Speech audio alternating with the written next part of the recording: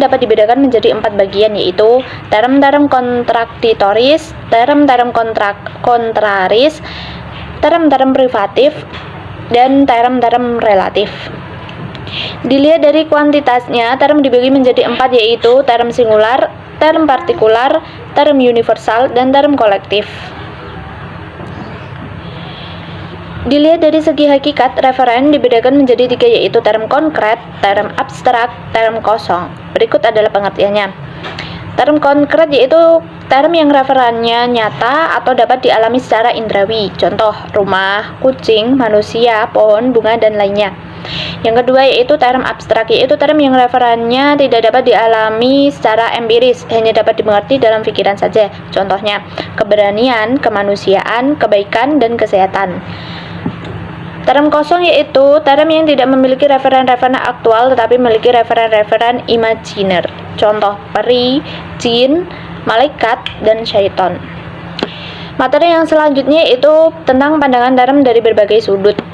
Kata term kalau dilihat dari sudut arti adalah sebagai berikut. Yang pertama, univoc sama suara sama artinya. Yang kedua, equivoc sama suara tetapi tidak sama artinya. Yang ketiga, analog sama suara sedangkan artinya di satu pihak ada kesamaannya, di lain ada perbedaannya. Nah, term analog ini dapat dibedakan ke dalam 2 macam, yaitu atributif dan proporsional. Yang pertama, term analog atributif adalah term yang terutama digunakan dalam arti sesungguhnya, namun digunakan pula untuk hal-hal yang lain karena hal-hal lain itu memiliki hubungan tertentu dengan arti yang sesungguhnya. Yang kedua, term analog proporsional adalah term yang digunakan untuk beberapa hal yang berbeda namun memiliki kesamaan yang sebanding. Misalnya kata daun tumbuh-tumbuhan, dan kata daun untuk meja, daun meja, untuk telinga, daun telinga, untuk pintu, daun pintu, untuk gadis, daun muda, dan sebagainya. Kata term kalau dilihat dari sudut isi adalah sebagai berikut. Yang pertama, abstrak. Yang kedua, kolektif. Yang ketiga, sederhana. Nah, kata term kalau dilihat dari sudut luas adalah sebagai berikut. Yang pertama, term singular, term partikular, dan term universal. Nah, term singular ini term dengan tegas menunjukkan satu individu, barang, atau golongan yang tertentu. Misalnya selamat, orang itu, kebebasan itu, yang terpandai, dan sebagainya. Yang kedua, term partikular. Term ini menunjukkan hanya sebagai dari seluruh luasnya. Artinya menunjukkan lebih dari satu, tetapi tidak semua bawahannya. Misalnya, beberapa mahasiswa, kebanyakan orang, 4 orang pemuda, dan sebagainya. Yang terakhir, term universal. Term ini menunjukkan seluruh lingkungan dan bawahannya masing-masing tanpa ada yang terkecualikan. Misalnya semua orang, setiap dosen, kera, binatang, dan sebagainya. Baik, itu saja materi yang dapat saya presentasikan. Selebihnya saya serahkan lagi kepada moderator. Terima kasih. B. Unsur pembentukan kata. Pembentukan kata disebut juga morfologi. Sedangkan morfologi adalah subsistem yang berupa proses untuk mengolah leksem atau huruf menjadi kata, untuk dapat digunakan dalam kalimat atau pertuturan tertentu. Maka setiap bentuk dasar, terutama dalam bahasa fleksi dan aglutinasi, harus dibentuk lebih dahulu menjadi sebuah kata gramatikal, baik melalui proses afikasi, proses reduplikasi, maupun proses komposisi. Pembentukan kata ini mempunyai 2 sifat, yaitu yang pertama, inflektif, yaitu alat yang digunakan untuk penyesuaian bentuk itu biasanya berupa afiks, yang mungkin berupa prefiks, infiks, dan sufiks, atau juga berupa modifikasi internal, yakni perubahan yang terjadi di dalam bentuk dasar itu. Yang kedua, derivatif. Pembentukan kata secara infektif tidak membentuk kata baru atau kata lain yang berbeda identitas leksikalnya dengan bentuk dasarnya. Hal ini berbeda dengan pembentukan kata secara derivatif atau derivasional. Pembentukan kata secara derivatif membentuk kata baru, kata yang identitas leksikalnya tidak sama dengan kata. Berikut ini beberapa contoh pembentukan kata, yaitu yang pertama, gramatikalisasi. Proses gramatikalisasi adalah proses perubahan tataran dari morfem ke kata yang dalam tataran intaksis merupakan perubahan tataran pertama. Tidak semua morfem dengan sendirinya dapat langsung merubah menjadi kata, seperti morfem ber, ter, ke, dan sejenisnya yang tergolong morfem terikat tidak dapat langsung menjadi kata. Seperti halnya juang tidak dapat langsung menjadi kata karena juang termasuk morfem terikat, sedangkan rumah dapat langsung menjadi kata karena dapat berdiri sendiri dan bermakna. Yang kedua, afiks atau imbuhan. Satuan terikat atau seperangkat huruf tertentu yang apabila ditambahkan maka kata dasar akan mengubah makna dan membentuk kata baru. Afiks tidak dapat berdiri sendiri dan harus melekat pada satuan lain. Karena kata dasar, istilah afiks termasuk prefiks, sufiks, dan konfiks. A. Prefiks atau awalan. Afiks atau imbuhan yang melekat di depan kata dasar untuk membentuk kata baru dengan arti yang berbeda. Yang B. Sufiks atau akhiran. Afiks yang melekat di belakang kata dasar untuk membentuk kata baru dengan arti yang berbeda. Contoh, gilang, strep gemilang. Yang C. Konfiks atau sirkumfiks atau simulfiks. Konfiks yang terdiri dari dua unsur, satu di muka bentuk dasar dan satu di belakang bentuk dasar, dan berfungsi sebagai satu morfem terbagi. Konfiks adalah satu afiks dengan satu makna gramatikal, sedangkan kombinasi afiks bukanlah satu afiks, dan kemungkinan dengan beberapa makna gramatikal. Dalam bahasa Indonesia, setidak-tidaknya ada 4 konfiks, yaitu ke, strep ar, pen, strep an, peran, dan beran. Contoh keadaan, pengiriman, persahabatan, pertolongan. Yang D. Kombinasi afiks. Kombinasi afiks adalah pembentukan kata berupa pemberian afiks secara kombinasi dari dua afiks atau lebih yang dihubungkan dengan sebuah bentuk dasar. Dalam bahasa Indonesia, misalnya dikenal beberapa kombinasi afiks, yaitu me, strepkan, me, strep i, memper, strepkan, memper, strep i, ber, strepkan, P, strep an, dan strepnya. Yang ketiga yaitu reduplikasi. Reduplikasi adalah proses morfemis yang mengulang bentuk dasar, baik secara keseluruhan, secara sebagian atau parsial, maupun dengan perubahan bunyi seperti meja-meja atau dari dasar meja. Reduplikasi sebagian seperti lelaki atau dari dasar laki, dan reduplikasi dengan perubahan bunyi seperti bolak-balik atau dari dasar balik. Reduplikasi semu seperti mondar-mandir, yaitu sejenis bentuk kata yang tampaknya sebagai hasil reduplikasi, tetapi tidak jelas bentuk dasarnya yang diulang. Proses reduplikasi dapat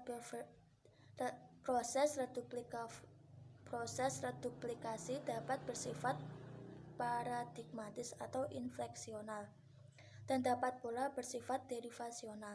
Reduplikasi yang paradigmatik tidak mengubah identitas leksikal, melainkan hanya memberi makna gramatikal.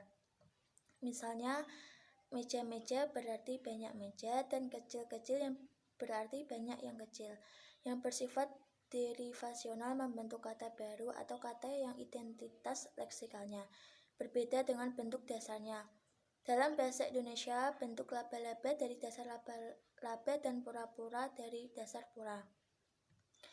Yang keempat, komposisi. Komposisi adalah hasil dan proses penggabungan morfem dasar dengan morfem dasar, baik yang bebas maupun yang terikat sehingga terbentuk sebuah konstruksi yang memiliki identitas leksikal yang berbeda atau yang baru. Dalam bahasa Indonesia, proses komposisi ini sangat produktif. Hal ini dapat dipahami karena dapat berkembangnya bahasa Indonesia banyak sekali memerlukan kosakata untuk menampung konsep-konsep yang belum ada kosakatanya atau istilahnya dalam bahasa Indonesia. Produktifnya proses komposisi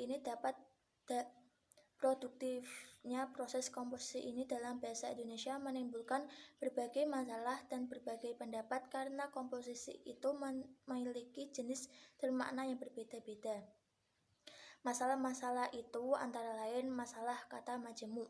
Prinsip ringkas penulisan kata gabungan adalah yang A ditulis terpisah antara unsurnya, contoh darah daging. Yang B boleh diberi tanda hubung dengan menegaskan pertalian dan menghindari salah pengertian. Contohnya orang, strip, tua, spasi muda. Yang C ditulis terpisah jika hanya diberi awalan atau akhiran, contohnya berterima kasih. Yang D ditulis serangkai jika sekaligus diberi awalan dan akhiran, contohnya menyebar luaskan. Yang E ditulis serangkai untuk beberapa lama yang telah ditentukan, contohnya manakala dan kilometer. Yang kelima, konversi dan modifikasi internal. Konversi sering juga disebut derivasi zero. Transmutasi dan transposisi adalah proses pembentukan kata dari sebuah kata menjadi kata lain tanpa perubahan unsur segmental. Modifikasi internal atau sering disebut juga penambahan internal atau perubahan internal. Dalam proses pembentukan kata dengan penambahan unsur-unsur atau yang biasanya berupa vokal ke dalam morfem yang berkerangka tetap. Contohnya, dia laki-laki menulis dan sudah ditulis. Yang keenam, pemendekan. Pemendekan adalah proses penanggalan bagian-bagian leksem atau gabungan leksem sehingga menjadi sebuah bentuk singkat tetapi maknanya tetap sama dengan makna bentuk utuhnya. Hasil proses pemendekan ini kita disebut kependekan.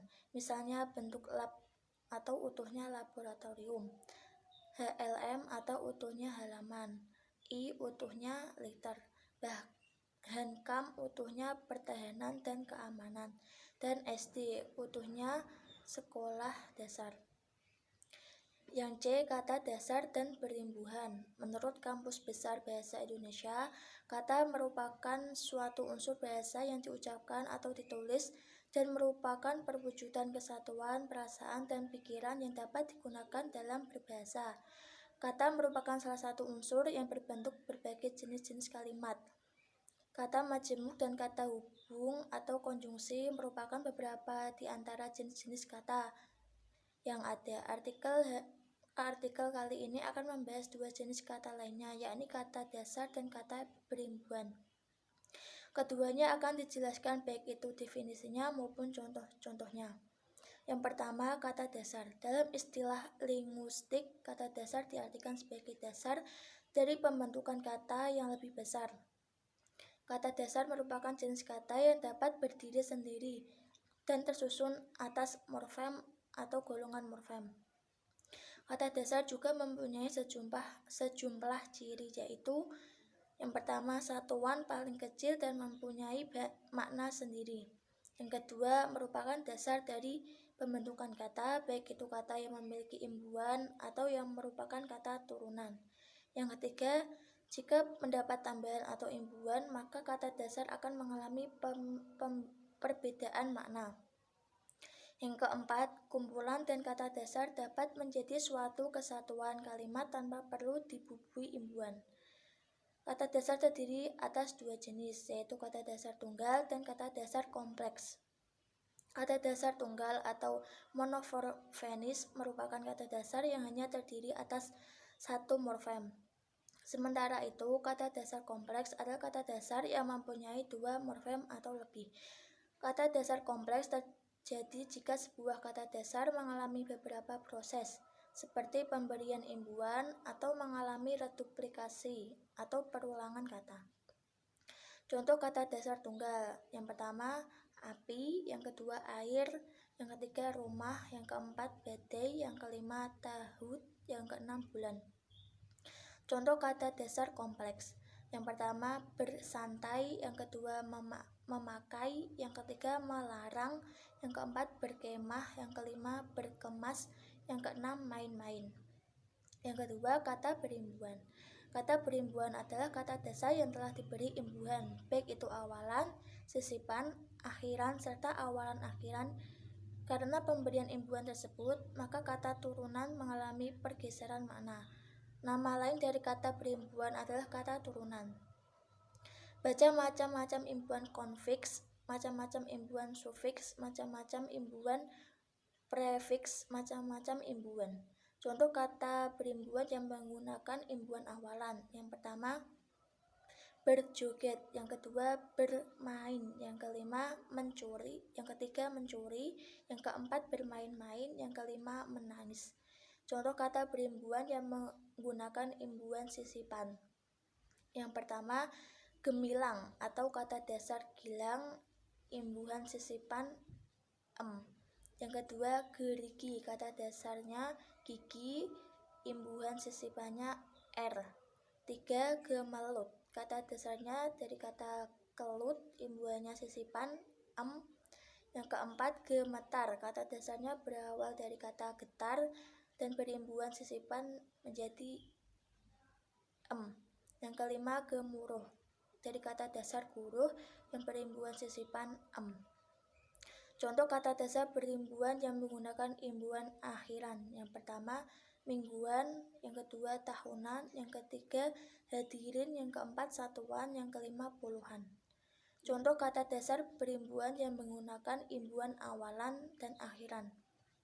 Yang pertama, pertanggungjawaban. Yang kedua, kesatuan. Yang ketiga, persatuan.